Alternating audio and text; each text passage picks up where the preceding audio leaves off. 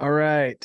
Got an awesome guest for you guys today. He is a wizard with the camera, or at least is becoming a wizard with the camera. I think he's a wizard with the camera. But we got Alex Tucker here, or Tuck World. You might know him on Instagram. He's with the DNA boys, the DNA archery crew. And well, I guess before I go into much more, what do you want the people to know about you? Who are you, Alex?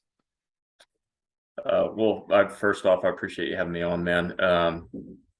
Man, nothing too crazy. I mean, I'm just a typical guy. I didn't really get into bow hunting until recently. I wouldn't even really say that I'm too deep and involved into it. It's more of like the aspect of just being in the outdoors and being able to create content and kind of just be able to tell a story. That's kind of what I've been leaning towards more recently once I did pick up a camera. I think like a lot of other people, I kind of dove into bow hunting once COVID hit. And that seems like just so many people got into it around that time. But once I picked up the camera, I would say my passions for the outdoor space kind of shifted more from, hey, I want to go hunting all the time to more I want to be around my buddies, be able to capture something on the lens and kind of just like tell a story. I'm not sure if you pay attention to too much of the stuff that I post on Instagram, but it's kind of diving into different topics or subjects now. So I'm kind of just trying to get Yeah. myself out there with the camera and man, I just enjoy it being able to tell a story with it and kind of go from there. But yeah, man, that's me. I'm 28 years old. I live in Austin, Texas. I work in I work in electronics, like semiconductors, mainly for a large distributor. And then that's kind of what I just do in my free time, man. That's my hobbies. That's what makes me happy. So I'm glad I picked it up and I'm glad I found it. Took me a while to find it, but I finally found it. That's awesome. That's awesome. Yeah. It's cool when you find something that finally clicks and it doesn't matter what age you are. I mean, you're young just like me. I remember when I used to think 30 was old, Yeah, when yeah. my uncle hit 30 and I was like, man, he's such an old guy, like 30 years old. What the heck? Might as well be a grandpa. Now I'm 30 and I'm like, I just feel like I'm getting started, man, with 20s and teens. It's like that was nothing. But no, I hear Yeah, you. man. That's cool. Yeah, I feel the same. But yeah, I used to think 30 was pretty old, and now I'm like 28, and I'm I turned 29 in May, which is still a ways away, but it's just like, damn, I'm kind of running up to 30 now too. And I kind of feel the same way. I'm like, I'm kind of just now getting my life started. Like I finally just found my career and I started my with this company that I work for now back in like 2018. So I was like 25 at the time whenever I started, 24, 25. And man, it's just like you don't really think it's gonna work out how it's supposed to. You're like, oh man, by the time I'm 25, I'm sure I'll have a wife and kid. Like you think about that stuff whenever you're younger, and then right now, I'm like, dude, I can't even. I'm just trying to get all my stuff straightened out before I even have time to think about that. The key is to before you get your career, get a family. Then you don't have. No kidding. Yeah. Don't do that if you're not ready. Don't.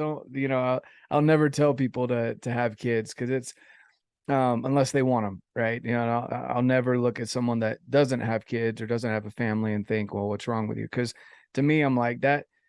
It's just different, like for me, Yeah. when I grew up, or when I grew up, when I'm still growing up, when I was younger though, like I just knew there was like two or three things that I knew for a fact I was going to do. One of them was be a dad, and so that was like ingrained in me and Hmm. almost part of my DNA. And so for me, it was just a no brainer. Like, I went and served a mission for my church for 2 years, came back from Mexico. I went right back into college and got married and ended up being insta dad because my wife had a couple kids before we got married. And, um, for me, it doesn't phase me, but for some people, I could see like that being a big deal, and Yeah. it's to each his own, to be honest with you, because you're going to do things that I'll never be able to do because I chose this other path. And there is no right or wrong. It's just what are you looking to do with your life, you know? Yeah, man. And I think right now, like I'm still just so it's gonna sound bad, but I'm still just so selfish with my time. I love being able to do what I want to do when I want to do Yeah. it. And both of my sisters already have kids. They both have both have a son and a daughter, and I always joke with my mom, and I'm like, you just got to prepare yourself for it because I'm going to be an old dad. I'm going to be like 60 years old whenever they graduate high school. I'm like, I enjoy my free time way too much. But I mean, who knows? Things can always change. But yeah, man, it sounds bad whenever I say it, or at least I think it does. But man, I'm just so selfish with my time still. I'm still trying to figure out like who I am as a person. And, it takes some time. Some people just take a little bit longer. Some people want to hop into, being a father, like you said. And, I'm still kind of just figuring myself out as I go along, but we'll Yeah. get there one day. But right now, Yeah. it's not the time. So long story short, ladies is accepting applications. No, okay. No, that's awesome, man. And honestly, I do love that. I love sitting back and looking at how everyone contributes to, whether you want to call it the industry, social media, the outdoor space, whatever you want to call it. I kind of hate the stigma that it gets when you say industry, but being in the outdoors world and sharing the stories like what you were saying with your photography, there's a lot of stuff that you wouldn't be able to do if you had kids. There's a lot of stuff that I'm not able to do because I have kids. I'm only willing to, and even like my wife, I'm super blessed, and she will hands down take the kids whenever. But even on this I guess it was almost 9 days that I was out there, about halfway through, I started missing my kids. Oh yeah. And that's a whole nother weight, on someone when you're out there by yourself, and you're so used to the normal routine of, I'm going to hold my daughter and read her a book, or even just hold her and talk to her about her day before she goes to sleep. And you don't get that after 5 or 6 days. You almost go through withdrawals. It's kind of weird to hear, but like, things like that, or even the arguments that I have with my 7-year-old son, I kind of miss those. Like, so Yeah. Yeah. just things like that, but again, it's things that I guess everyone looks at life differently. And I love seeing the different avenues that people take in their lives, and how they can contribute in their own way. Cause again, you're going to contribute in a different way than I will, for many different reasons. And but either way, we're kind of going off on this tangent. I didn't even think about, before No, before man. the Yeah. podcast here, but then that's cool. So let's talk about, you just barely picked up a bow. um i I picked up my bow in 2019, so just before COVID. Okay. I was into hunting before that, but I was like, yeah, I like rifles, is cool, but like I also like the challenge, and I'm okay with failing. So Yeah. Yeah. and so That's I need something a little bit fair. more. Nothing again, nothing against rifle hunters at all. Nothing at all. I just, for me, I wanted to push myself a little bit further than, just being able to pick up my rifle every 6 months and, be able to sling lead downrange. So it's what got you, I guess, into shooting a bow. I mean, what attracted you to that at all? Man, so the whole team that we have that I'm working with, Derek, Nick, and then myself, Alex. Just for anybody who didn't know, it's an acronym, DNA Archery, for Derek, Nick, and Alex. And then obviously it ties into, everybody kind of has this natural instinct, or it's built within them to want to hunt. I think most people are, they're interested in it. Sorry, interested in it, even if they don't really want to admit it. So that's kind of how it tied into it. But man, I think I watched this video, and I talked about this on another podcast. It was like a bodybuilder trying to pull back a 70-pound bow, and he couldn't do it. And I've always been pretty into fitness. I mean, I'm not like crazy into it, but I've always been very consistent with it since I was about 18 years old. And I was like, wow, this guy can't pull back a 70-pound bow. And I was just thinking of like whenever I'm rowing weight at the gym, I was like, it doesn't seem like it'd be that hard. And then my buddy Derek, who I've been friends with for a while now, he went to a hunting lease, and he was a rifle hunter, but he did bow hunt sometimes. And so I was like, hey, do you ever bow hunt out there? And he's like, man, I've only done it once out there, but I usually rifle hunt. And I was like, if I got a bow, would you want to start bow hunting?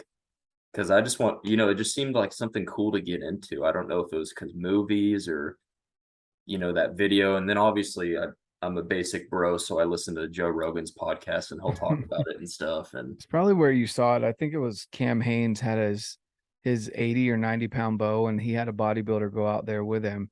and he wasn't able to pull the bow back. Yeah, that could have been it. I could have Yeah. been so fresh to it that Cam Haynes, I had no idea who that even was. I'm sure if that was the video that I watched, but it just seems so interesting to me and like so primal. And I was like, screw it, let me just go try it out. So I went to Academy and bought like a little starter, like $450 bow. And then once I started shooting it and like going out hunting with Derek, I mean, we weren't successful because we were like brand new to it. I mean, I still wouldn't even say I'm like that successful of a bow hunter, but I've harvested 4 animals That's since, awesome. yeah, Wait, you're since saying COVID. you went out the first year and you didn't get anything? No, yeah. What? Well, no, I Like, so did that. Instagram and Sorry. YouTube lies about how easy it Yeah. is? No. Yeah. Sorry, I did that fall. I shot my first whitetail that fall. So it was like March that we first went out there because I remember the first time we ever went out to the hunting lease. It's like a 1,600-acre hunting lease that he's on. We went out there and we just sat out there, and I remember a fox like walked right by us around whenever the sun was going down that first night, and I remember just thinking that was so cool. I've never been that close to a legit wild creature because it's all low fence out there. They're all hopping over fences, going through fences, all that bunch of property out there. And then I just really got into it, and then like an idiot, like most people, ended up spending too much money on it. So that I think it was like that June, I went out and bought like a Matthews VXR. I was like, I'm just gonna dive into this full throttle and just get like the best of the best of what it is right now because I can tell I'm gonna stick with this for a while. And then I ended up getting my first whitetail with that bow that fall. But man, it was just such an interesting thing. It just clicked with me immediately. Like, hey, this is something I want to do for the rest of my life. I mean, I don't think I'm going to be just so obsessed with it where it's like, oh, I'm going on 15 hunts a year, different states kind of thing. I always tell people that I think I'm always going to be kind of a whitetail hunter just because with the dynamic of my life and how I like to live, that's probably predominantly going to be what I do. If I ever do go out west with our buddies, to be honest, I want to have the camera in my hand more than I want to have a bow. Yeah. And that's just kind of hard for some people to grasp, but that's just kind of what matters to me more is being able to kind of capture that story for them and just being able, like, I get goosebumps whenever I make a cool edit or something like on my Lightroom. Like if I'm editing something and I make it look awesome, I'm like, God, that looks so cool, man. And it just gets me more excited than actually bow hunting, in my opinion. But I kind of get the best of both worlds with it. So it's kind of nice. That's awesome. No, I like it, man. Yeah, and again, just kind of going back to that earlier discussion we had, like everyone, there's different things that click with each and every individual, and for some people it's photography, for some people it's it's actually going out and hunting. Some people, I mean, there's killers out there that just they don't share a thing. They don't even know what social media is, or they do, but they don't use it. Yeah. And Yeah. they get an elk every year, they get deer every year, they get whatever it is every single time they go out. They don't care about sharing it because they genuinely are passionate about that one thing. And there's things that, like for you, what you were saying, where I mean, you're not sitting there in front of a big crowd making these edits and getting the praise for it, right? Yeah. You're making the edit and you enjoy it before you even put it out there for anyone else to like it or not like it. Yeah. Yeah. And so, that's something that's super important for people to understand, is that there's going to be things like when we got married, my wife enjoyed running. I'm like, you're crazy. Like, why would you enjoy running? But some people, they enjoy that. And then they look at me like I'm crazy when I'm like, hey, let's go spend an hour lifting weights. They're like, why would you do that? Yeah. So Yeah. it's cool to me to see all the different, like the different things that people enjoy and genuinely enjoy. They don't just get into it to get praise from other people, but they actually enjoy it themselves. If no one else was around, they'd still be doing what they're doing. And it seems like photography is a big one of those things for you. That you just seem to really enjoy, and then you just happen to share it with other people around you. Yeah, and the good dynamic about it too is that obviously I work alongside Nick and Derek a lot, and Nick is just so I feel like everybody just brings something so great to the table, and everybody kind of molded into what they're best at. So Derek, he does like data science, like software crap and all this stuff, so he understands like the analytics of what we're trying to do on our website, and how we need to process orders and all that. And then Nick is just like such a spokesman type of guy. And then for me, it's like, oh, I want to be behind the camera. I don't really want to do like too much. I mean, every now and then it's like, hey, snap a photo of me kind of doing my thing, just so my whole social media presence isn't just product photography and like me taking pictures of other people and stuff. But I feel like like we all kind of just molded into perfectly what we need to bring to the table to help support one another. And it's funny how it all kind of works out, because at first I was like, oh, I want to do this and this with hunting, and I want to be able to take go out on an elk hunt and all this stuff. And then it transitions to where I'm like, dude, to be honest, I don't even really care that much about shooting an elk, but I care about watching somebody else shoot an elk, and then I just get all the content for it. It's kind of weird how it just like totally flipped once I realized that I can do some things with that camera. So there's still so much that I need to learn from it as well. Like nothing is more frustrating to me than whenever I take a picture and then I upload it to my Lightroom, and then I look at it and I'm like, shit, this looks terrible. Or like that just happened the other day. I did an interview with my tattoo artist, and everything looked fine on my camera. And then I bring it back, I uploaded it to my Lightroom, and then I realized the focus of it is on his arms and not on his face. And I was so pissed because it's like, now I need to go back and meet up with him again, and we need to redo this whole thing again, so yeah, it's just kind of funny how we all just molded into what kind of works best to support one another. So it's been a pretty cool process. Yeah, that's awesome, man. Yeah, I was so we went out to um it was like a night, it's called the Night Lights event, but where you let those balloons off that are full of air, full of like they're flaming whatever paper balloons things that you Yeah. let up in the air. And my wife and I went, and this lady came up to me. She was like, "Hey, so your wife said you're really good at taking pictures. Can you help me out with my camera?" And I'm like, I just use my iPhone. Like, like I'm, you know, and so she handed me like her Sony, I think it was an A6000 or whatever. And I Yeah. was like looking at it, I'm like, that's a lot of buttons. Yeah, Like, man. Yeah, you can dive real deep into it. Like whenever I first started, man, I had to look up like YouTube videos for specific things that I was trying to do with my camera. And it took me a real long time to get all my settings properly set up. But I think I gotta kind of have them tweaked to what I like it right now, so I don't have to mess with too much.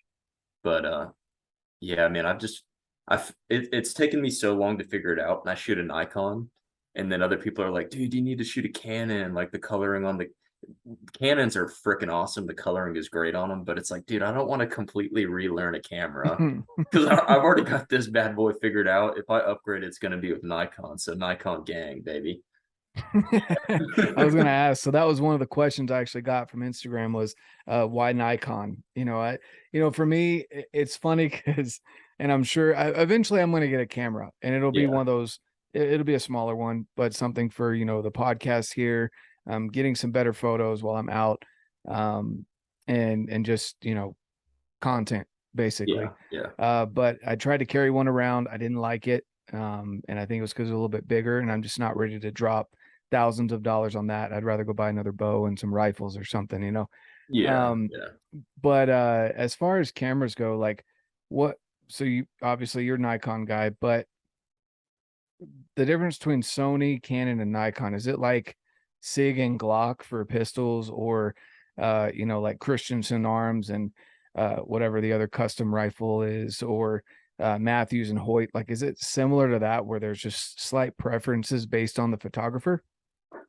Yeah, so man, it's I almost want to just give you an easy answer and compare it to like bow manufacturers now. Hmm. Like it's all just, they're all going to be great cameras. Like if you're coming out with, or if you're interested in buying like one of their newer models, they're all going to be great cameras. So it can change based off like shutter speed and FPS, like their capabilities and low light and things like that. So right now I'm still shooting a Nikon Z5, which is kind of like a starter camera.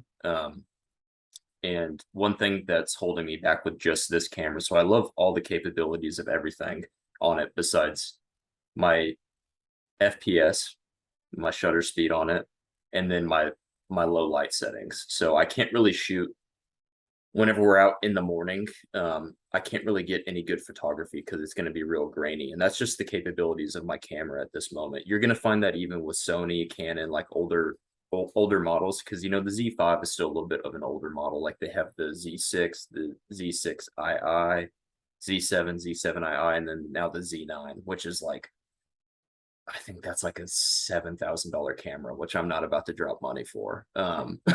If I'm going to upgrade, which I want to, I'm probably going to go to the Z7 too, just because it has better FPS settings, better video settings, things like that. So you really just need to cater kind of to what you're looking for. If you want to base it more on videography, maybe look at its capabilities for video. Like you want to get something that's 4K as opposed to 2160p like my Z5 is. So I still can upgrade to better video capabilities, which I want to do, but it all kind of just depends. Me personally, I feel like Sony's are pretty good for videography, and then getting your color to pop, I feel like is going to be a Canon. And then the Nikon, like I've said, it's just I don't want to change it up, and I want to keep it to what I know. So I'm gonna stick with the Nikon. But Nikons are great too, man. Like you're gonna find a great camera in all of them. I would say the best thing to do is type in on YouTube 5 best cameras 2022 or something, and then you'll get all of them. Like they'll even dive into like Fujifilm, and I think there's another one that's like Lumix or something like that. I can't quite remember the name of it, but they're kind of coming up on the rise too. But man, they're all great cameras. You kind of just got to figure out what's best for you. But also your lens is very important as well. You want a lens that's going to have a real low aperture so you can get that natural light in. Man, like it's a big thing that's holding people back with their cameras is going to be their lens primarily, I would say. And then those are just so expensive too. Yeah. Like, Yeah. yeah. That's the other thing too, is like, I had a little point and shoot camera when I was in high school. It was a little red one that like, fits in your pocket, Yeah. and iPhones are probably better than that now. So, for my purposes, that's why I just kind of stick with my iPhone, because, I don't need it for all that extra. And if I dove down that Yeah. rabbit hole, man, oh my goodness, my family would never see me. Like, Yeah. Well, you jump down the rabbit hole and then you start buying stuff that you think you really need and you don't really need it. Like, I think I was just talking about that the other day on my story, that my favorite lens is a 40mm 2 aperture. And it's this tiny little lens, man. It sticks out maybe an inch and a half off my camera. mhm, And then I have a prime lens that goes from 28mm up to 70mm. And it's a 2.8 aperture. And dude, that lens is like, I mean, it's a prime lens, so it's a really great lens. So if you mhm, take something from a distance, you can still zoom in and crop it, and it's going to have all that great quality on it. But man, that lens is like $2,300, and this little mm, 40mm 2 aperture lens is like $250. And mm. like the type of photography that I like to do, it's like, man, I can't even really tell a difference between these two. Right. Yeah, Yeah. and I've rarely am shooting anything that low at 28mm, and then I'm rarely shooting anything that far out into 70mm. So like Mm, 40mm is kind of the sweet spot almost for activity photography slash videography, in my opinion. If I were to ever dive deep into like a crazy lens, it'd be like a zoom lens where I can go out to like 500mm and take, badass shots of an mm. animal or something, out in the backcountry. Like One that of would be those the that's only like this reason. long. It's like a rifle Yeah, and it's scope. gonna Yeah. be so heavy. Yeah. Yeah. Yeah. You have to have a tripod for that or you're screwed. Yeah. No, for real, man. That's and they have like their own handle, and Oh they're like 10 grand a pop. Yeah. That's those are no joke, man. They're the price of a car, pretty mm, much. yeah. Yeah, I don't I think the pictures they take are cool, but man, that would no, that would kill me. Yeah, and the thing about it too is like how long before they make an even better lens than that? What's it take, 5 years or something? Then you're like, shit, I gotta sell Yeah. this and With get it a brand being new lens. And technology related, is probably close. I mean, even shorter than that, yeah, it's you get you get like, for example, I'm sure the cameras upgrade every year, just like iPhones do. you know. Oh yeah, yeah. Um, that's Well, yeah. the good thing is that the lens are the lenses that they use on them are interchangeable for a few Mm, years. At least it seems. I'm still pretty new to all of it, but like the Z series, I believe with a Nikon started at the 5 and now it's at the Z9. mm-hmm, And if you have any older lenses before the Z mount where your lens connects to your camera, like, dude, you have to buy like an adapter for it that's like $300. And mm, yeah, so you're kind of limited, man. So they make sure that you stay updated with mm-hmm. everything, just like all technology, man. They're just trying to keep getting that consumable money from you and keep that consumables business going. Oh yeah. Yeah. I can always picture with things like that, like with cars too, because they can make cars that lasted, you know, for forever. And they don't because they've got to keep you hooked, right? And it's the beauty and the downfall of basically capitalism, free market, but at the same time, it's awesome because it pushes that innovation, right? I just wish the innovation would last longer. You Yeah, know? I know, man. Yeah. Yeah. I don't even, it feels like we're more in the, industrial stage now than ever. I mean, it feels like we're progressing way faster than back then. Or I don't even know if industrial is the right word for that. Like the way technology is moving is just so crazy. So because I grew up in that time frame, where like we played outside as kids, and then cell phones kind of became a thing as I was in, Hmm. my middle school, high school years and stuff. So it's like I've evolved with the technology almost in a Yep. way. So it's like I know how to do all of it, but I'm probably not as smart as like a 12-year-old with a TV or iPad. Like last night I was just watching the football game on my tablet because I was like, I don't even feel like trying to figure out how to get this app on my TV. Dude. I was like, I'm too lazy for that crap, dude. You just need to go back to one of those was it a Nikon phone or not Nikon? I've got Nikon on the mind. The Nokia, the good Oh old yeah. Nokia block phone that you Yeah, had to where you type could out every letter. You know, you want C, you have to go A, B, C. And then, Yeah, man, that was my first way of typing. So you guys be blessed, man, because it's hard trying to flirt with a girl on that stuff. think autocorrect's bad. Oh man. Yeah. Yeah, Or man. you're trying to do the T9. What was that the T9 when that came out where it like predicted your text? Oh yeah, um yeah. where you could have certain ones set up and you're like looking at the teacher but under your desk you're trying to type, you know, and you've kind of got it memorized. Like kids Yeah. will never understand that, you know. Yeah, I would have been screwed in college if I didn't have a smartphone. I'll say that right now, Mm, because mm-hmm. I'm not gonna lie, I sat in the back a little bit and sometimes had to look stuff up. So There you I would have go. been in trouble, man. Right, yeah, right. That's awesome, man. So man, so we kind of went down the photography and you know, I love the idea that every photographer does it for different reasons, right? Yeah, And yeah, my grandpa's one where he used to try and get me into the cameras, and he takes pictures, but he doesn't ever share them. Obviously, he just keeps them for himself, yeah, and that's something that he really enjoyed doing, so that he could have those memories. I think it also had to do with the fact that it was cool technology, and that he could. I mean, he obviously grew up without real cameras, you know, and so being able to see that technology evolve. And I mean, he used to try and talk to me about it all the time. yeah. You'd probably love have conversations with him because he's, you know, he still laughs at me because I take pictures with my iPhone. He's like, "You're still using that phone? You need to get a camera," you know. But yeah, that's so cool, man. And then, you know, with bow hunting, you know, you mentioned wanting to stick more towards whitetail hunting, and again, there's nothing wrong with that. Some people delve into hunting like full bore, want to get all the animals, the grand slams and all the other stuff that's going on because that's an accomplishment for them. Yeah. Whereas again, you just enjoy telling the story, and you're okay with, I don't know how you could be, but you know, it's just like running for me, sitting in a stand for hours, you know, hoping something comes by. um that takes work. That really does, because you got to know where their corridors are, and like where they're passing, where their scrapes are, stuff that I yeah, I tried that during elk hunting this year, Yeah. and it is not the experience that I wanted, to sit there and wait for hopeful something to come by, you know? Just yeah, just bored. Well, see, I'm a fat boy by heart, man. So I like to just sit there and chill. Yeah, I'd rather be crawling over deadfall for hours than sitting Yeah. there for hours. Like Man, I that's like to sit there and eat my lifesaver gummies and my honey buns and yeah, just hang out, man. I'm just there for the vibe, man.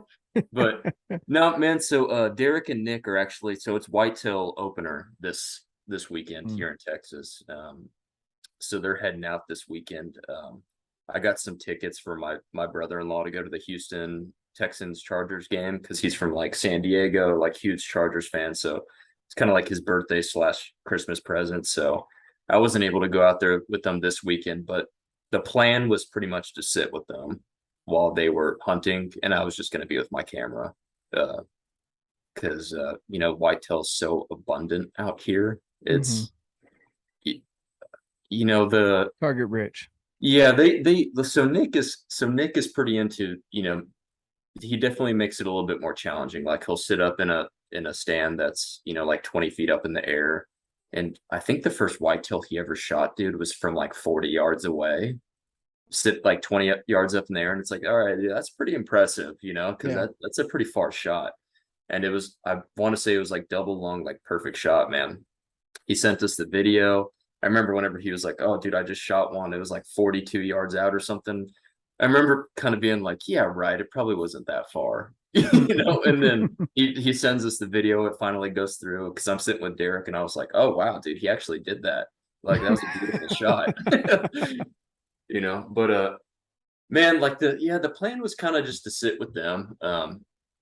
Because like I said, like the just getting the content kind of just gives me a little bit more of those goosebumps, and it's just matches a little bit more with what I'm trying to do. Obviously I love being out there and I love, helping out with everything. I'll help them quarter it and do all that stuff. And, I want to hunt myself too, because I want to get some meat as well. My family loves it whenever I get all the jerky and all the cool stuff for them. But at the end of the day, man, that's kind of just what matters to me the most. And I do know that's hard for some people to grasp, but it's kind of camera first, bow hunting second. Somebody asked me a long time ago, I did like a questionnaire on my Instagram, and I was like, what do you want to know, kind of thing. And somebody said, pick two: DNA, archery, bow hunting, or photography. Mm, And I go, DNA number one, because I can't switch up on my friends. That's just not who I am, kind of guy. And then secondly, I said, it's going to surprise a lot of y'all, but photography. Like I would leave the bow behind for that. And I feel like you still kind of get that experience from, just being around them, even if I'm just doing photography or videography and all that stuff. Because I've taken an animal's life, I know how it feels. Very weird feeling. If anybody's listening that you've never done it before, it's a very interesting feeling. I remember the first time after I did it, I just felt guilt. Kind of. I was like, wow, I mhm. can't believe I just did that kind of Yeah. thing. But once you go through the whole process of like quartering it and getting all your meat freezed, and then you eat it actually, or you eat it that night and everything, it's a little bit, it changes you a little bit, and you kind of just appreciate it. You appreciate the moment. And but just the way I'm talking about this right now, like I like to, I want to be able to capture that moment with somebody who, like Nick and Derek, who take it very serious. It's a very serious thing that just happened, and I think we all kind of understand how serious it is. But I just want to capture that moment because I think it's powerful. And I want to be able to share that with people. Yeah. No, I agree with you. It's a humbling experience. There's a lot of emotions that go on because you've worked hard to get to that point. Um, you know, with a bow, especially, there's always something that can go wrong. Like I know with rifles, it can, but there's less likely unless you Yeah, just yeah. didn't screw down your sight. Um, and if you keep it just marginally clean, the rifle's pretty consistent. Hmm. But with a bow, there's twigs in the way, you're done. There's if there's stuff that you don't see, or the wind picks up even a little bit, even at 40 yards, like you could hit that animal a little bit further back than where you want, or Yeah, like yeah, there's so many things that go into it that when it does all come together, it's a different feeling. You say that, and I didn't really get to cherish the first time I killed, um and I say kill because you take the life. I don't want to, I don't know. Some people say harvest, and that's cool. I prefer to say what it is, just so yeah, that you realize how heavy it is. It's just like with childbirth, people forget how many things can go wrong in childbirth, right? yeah, They yeah, just created a human being. Like yeah, I yeah. can't Some do that, alien you stuff, know. dude. Yeah, exactly. There's so many things that can go wrong in 9 months, right? And so, anyway, with the first time I killed a doe, um, I'd been working hard for it, uh, and just couldn't quite make it happen. And then, I had an experience where I got back to my truck down at the trail, and 40 yards up the hill, like straight up the hill, there was just this doe. I'm like, all right, I'm gonna go for it. And Yeah. so I get out, draw my bow back. She's still just looking at me. Great broadside shot. It was so steep that the arrow literally went through both shoulders and pinned her to the mountain. Like that's how steep it was. Oh my God. And then she rolled, snapped the arrow. She actually rolled down to my truck. Like no joke. And this lady came walking up, and like I'm sitting there trying to have a moment because I've Hmm. just killed my first big game. Like I've killed turkeys before that, but this first big game animal. And I just this lady started screaming at me about how I could have shot her. She was behind me and I didn't even see her. Like she was like way back. I Yeah, would have had to yeah, literally 360 or like 180 and point my bow at it. Like it was, anyway. She was freaking out. I'm going to call the cops, blah, blah, blah. What are you doing? And it was on my dude's private land. So, had permissions and everything. And it went from a humbling moment to, I had to deal with this lady screaming her head off about something.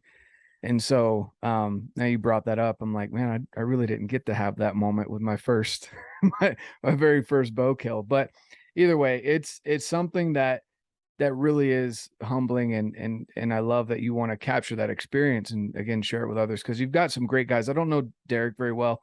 I know Nick's a really good guy. yeah, yeah, And he I mean, he would be someone that would genuinely, I mean, they go out there obviously to harvest the meat from the animal, but when he kills something, he's not going to just celebrate, you know. yeah, Um, yeah. And I think he has I want to say that he has like two videos of whenever he was self-filming himself and he shot a deer.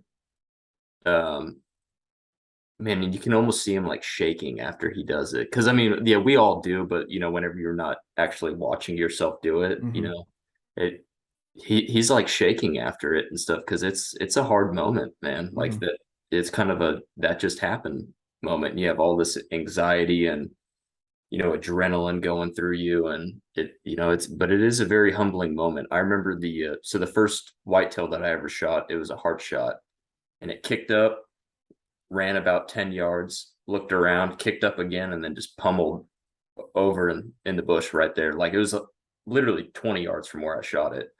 And I remember just sitting there watching it, and I was like, "Oh shit, I just did that!" Like Yeah. like it was a weird experience to. And then whenever I walked up to it, and it didn't run off anywhere. 20 yards Mhm. away, it immediately died.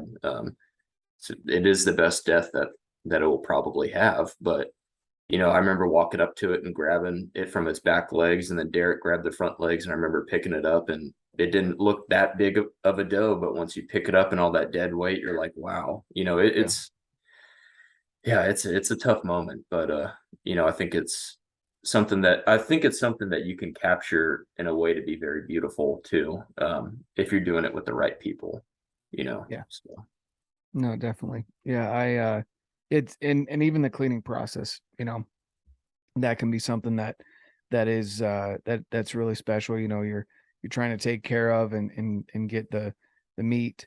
You don't want to waste anything, yeah, and yeah, I've gone as far as to try the organs. The only one that I can really maybe I just haven't cooked them right. I've never been a big liver fan anyway, but the heart is probably the only one now that I keep because Okay. I just can't. How do I you cook can't it? stomach the other ones. I've tried it. I've tried all seasonings. I've tried smoking versus grilling versus pan fry. It just none of the other ones seem to work for me, but the heart, I Yeah. can do that. How do you So cook the heart? I just cut it in thin little rings. So I Okay. just take it, turn it sideways. Well, I cut it in half, clean out all the coagulated blood that's in there, and take off all the stuff that I don't want off the outside, and then I just turn it sideways and just slice it in little ringlets. And that's actually my son's favorite. It's his favorite meat. So Oh, really?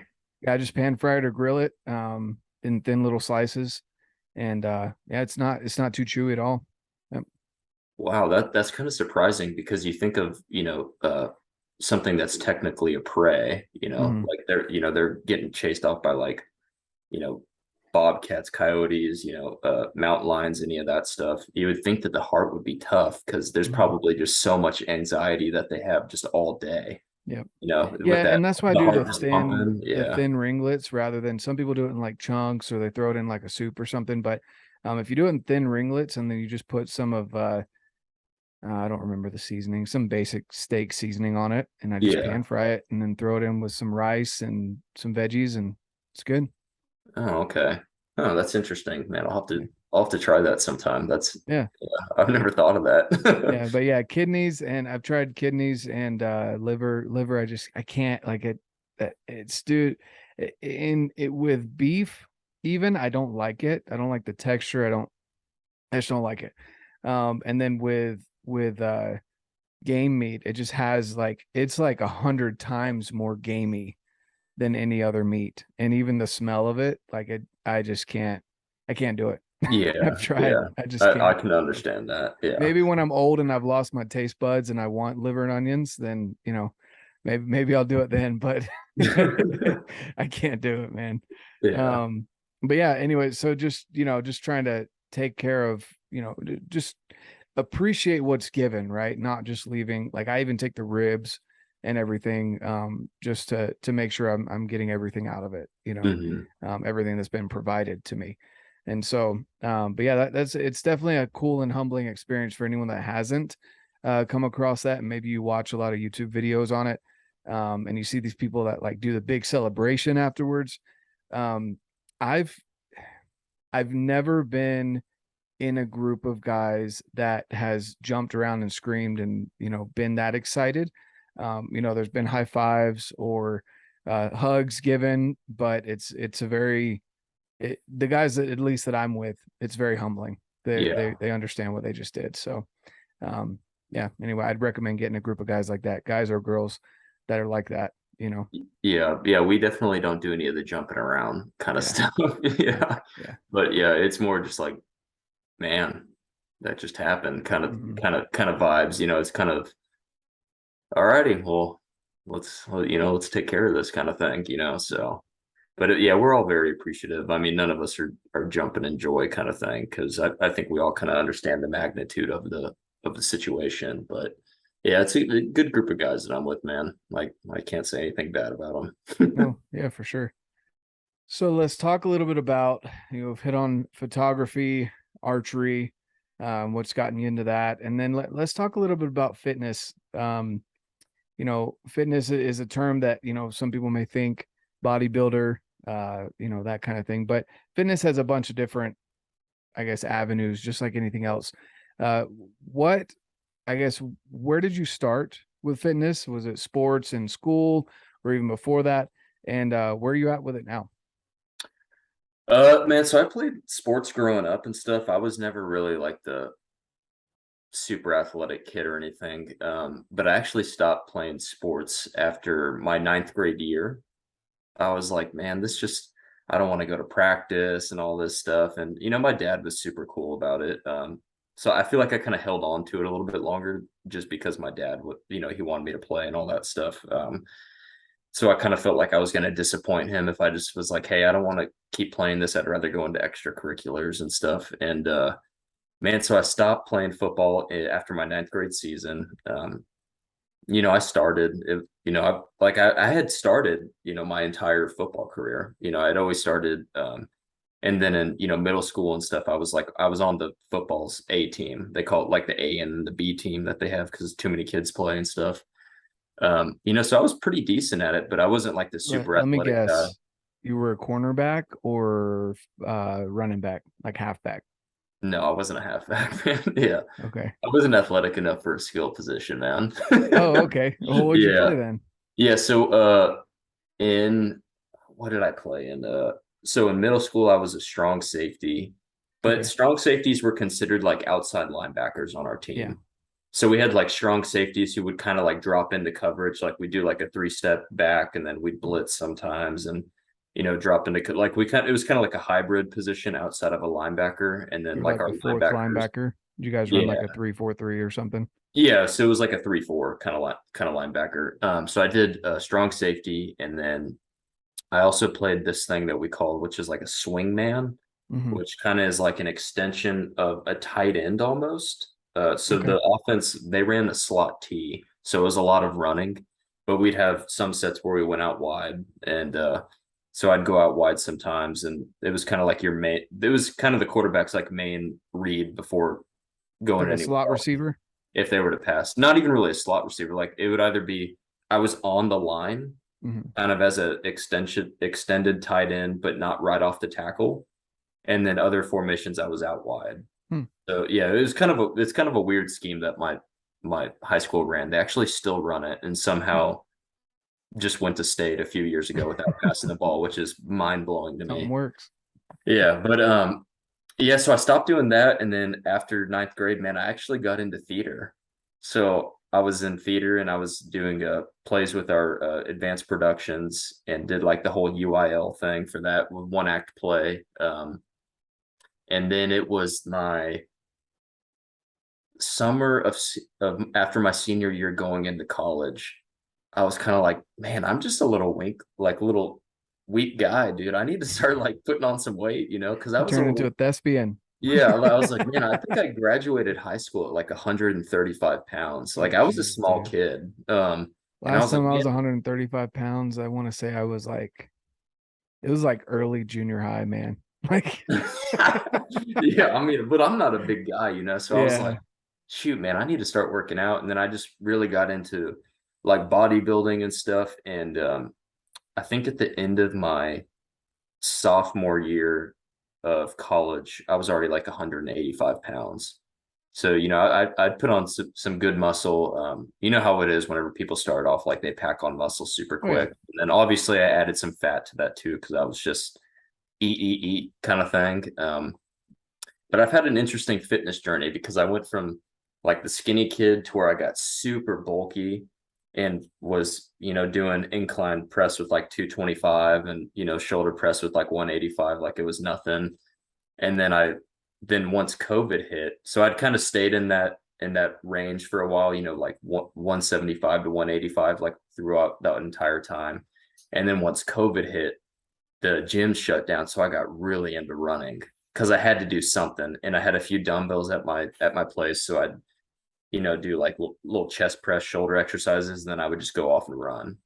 And so I got really into running, and man, I dropped down to like 155 pounds and was pretty shredded. Like I think I Wow. still have some old stuff on my Instagram from like on my story highlights and all Hmm. that stuff. Like man, I got pretty cut up, like super vascular.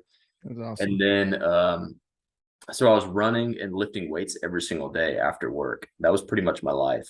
Like during the weird COVID times where because COVID never stopped me from working. Like I worked for a large, I'm a contractor at a large semiconductor manufacturer. Like COVID, that doesn't mean we're stopping, baby, kind of Hmm. thing.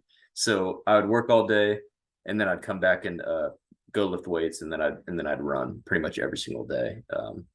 And then after that transition, kind of just like stuck with weightlifting, kind of like some bodybuilding type things and whatnot. At one point I got really into bouldering, like rock climbing and stuff. And right now I'm kind of in a weird transition where it's like I'm still in shape. Like you can tell that I still work out, but I'm not at my best physical form in terms of Hmm. like strength, my physique, or my fat at the moment. Like I'm kind of like in a weird like meh kind of spot where it's like I still have good decent strength. I'm not fat. Like I Yeah. still have abs kind of thing. Yeah, but man, I just haven't really put too much time into it lately, just because I've been so busy Hmm. with work and everything that I'm doing. I've never stopped doing it though since I was 18. Like I always go at least 3 to 4 times a week to the gym. Like it's something I can't just stop doing. Right. Yeah. Do you feel like you're more productive when you've had those days where it's a good solid workout or good solid training session? Do you feel like that, I guess, influences your mindset and how work goes for the day? Yeah, mindset and decision making. So, man, sometimes I'll just feel like crap. I don't want to go to the gym after work. Sorry, my water went down the wrong pipe. Sure. I don't want to go to the Okay. gym. Yeah, like I'm like over here crying. I'm crying about the gym. Yeah, man, sometimes like it's just work will be over with and I just don't want to go work out, but I know how good I'm gonna feel after I work Hmm. out. It's a given. I'm gonna feel much better after I go work out, no matter how bad my day was or how tired I am, whatever the case may be. So it definitely alters your mindset. So I've had a lot of things. This was kind of a good time for it because I've struggled with some mental health in the past, even whenever I was working out a lot. But what's kind of good right now is that I know a lot of my work has purpose, so that's kind of a good way to help me on the days that I'm not able to go work out because I'm just so busy or I'm just so dead after the end of the day, like mentally, my brain's just fried, um, dealing with everything. But the it definitely puts you in a better space. Like I definitely feel way better whenever I've worked out at least 6 times a week compared to 3 to 4. Yeah. But sometimes that's just the way it turns out for me, man. Like it's just I got too much stuff on my plate right now that I need to take care of. Because I do work in a very high stress work environment. Like stuff needs to get done, kind of Hmm. thing to support this facility. Because if they shut down, that's millions of dollars that they've lost, kind of Yep. thing. So I'm definitely a lot happier whenever I am working out a lot physique Good. wise. But right now I'm kind of just, I'm enjoying myself, kind of enjoying the things that I do, trying not to take work too serious, but also, maintaining that gym life balance. So I'm in a good spot right now, but I probably could go to the gym once or twice more a week if I'm being No, honest. Yeah. again, it's the fact that you haven't left it. That's awesome. And you're kind of in an okay spot right now. Yeah. The scales shift for sure, based on whatever your needs are right now. It sounds like work definitely needs a lot from you. So, that's definitely something that a lot of people need to understand as well. It's just basically what are your priorities? Hmm. I balloon up if I don't even remember the last time I didn't really hit the gym. But I have a problem where I gain weight a lot Yeah. easier than most people, which is good, for muscle, but it's also not good for fat. So, all Yeah. right. Well, I know you've got some other things that you got to go do, but before we get off here, just real quick, if you want to leave something with the listeners, or and then of course plug your whatever, if you've got a website or social media, whatever you want to let them know to go check out. Yeah, man. So my Instagram handle is Tuck WRLD, or sorry, Tuck underspace WRLD, for Tuck World.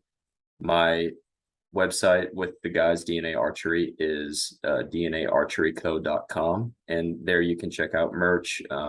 We've collaborated with a few brands, so we have things like custom stabilizers from Quattro Archery that you can check out. And then also, if you go to our Instagram page, DNA Archery Co., you can see both Derek and Nick. You can check out their pages. Nick's very into like the reels on doing all the content kind of stuff, man, kind of walking you guys through what his hunts are like, what he's doing day to day, his fitness journey, all that stuff. Uh, Derek's a little bit more absent on social media, so I would say stick with stick with kind of Nick if you want that daily inspiration. Come check me out if you want to see some cool photography, just kind of the silly stuff that I do. It doesn't all pertain to bow hunting if that's not what if you're not into bow hunting, and you just want to see some random stuff that I'm doing. I do a lot of product photography, a lot of photography for friends, things like that. And I guess if I could leave you guys with anything, which I normally say to everybody, is if you have one thing in your life that you could change to make you a better person, what would it be? And what do you need to do it? There we go. I appreciate that, man. Yeah, I love that. And kind of along that vein, I saw something the other day that was like, what's the biggest lie that you've been told? And it was on Mhm. some movie, right? So of course this is all scripted, but it kind of gave me goosebumps because it's true. And the guy just looks at her and he's like, it's not that simple. And she was like, what do you mean? He's like, that's the lie, that it's not that simple, because it is. Because if you do what they're telling you is not that simple, then you've done it. Yeah. Yeah. and No, I know what you, movie you're talking about, man. I think I've yeah, seen that reel too. yeah. Yeah. But I love little inspirational stuff like that too, man. I follow a few social media accounts on like Instagram that's just like quotes from movies and stuff. I'm kind of a dramatic person, so I like that crap. well, I was just saying it goes along with what you were saying. Like, what's the one thing that you want to do, and what does it take to go do it? Right? It's Yeah. not, Yeah. you're not, no one's saying it's going to be easy, but it's simple. You just have to shift your focus into what you're wanting to do. So I love that. That's awesome. And you guys, I'll leave the links down below. Go check out Alex. A lot of people may think his name is Tuck, but it's Yeah. Alex. And Tuck World and all his stuff. It's great photography. A great guy. DNA Archery Co. is also a great company as well, guys. So go check them out. I'll leave the links down below. And like I always say, guys, get out, live your life, and love it.